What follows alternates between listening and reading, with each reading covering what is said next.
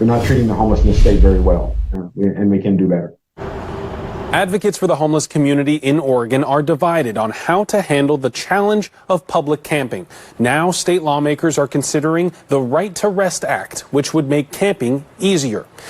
Good evening, and thank you for joining us for K2 News at 5. I'm Barry Mangold. Let's get straight to K2's Megan Allison, who joins us live now at Laurelhurst Park in southeast Portland. Megan, what would change if this bill passes? Well, Barry, House Bill 3501 would decriminalize camping in public places. This follows debates in regions across the state, including here in Portland. We've watched several sweeps at this park, and you can see work is now underway to change the landscape here to prevent camping moving forward. Some homeless advocates tell us they understand the argument of solidifying rights for those living on the streets. Most of the advocate community in the state really want to establish a constitutional right to exist.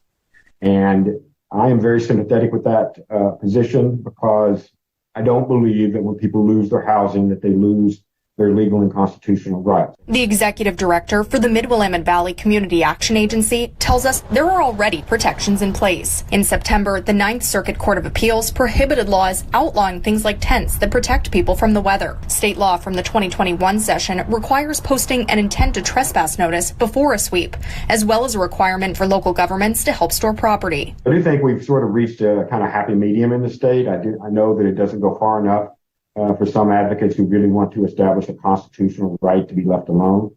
But we have made some progress. One board member of the Mid-Willamette Valley Homeless Alliance says public camping has been a big concern in the Salem area over the last few years. We all know what happened when we were not able to access people camping in the ODOT rights of way, and we ended up with people who were dead.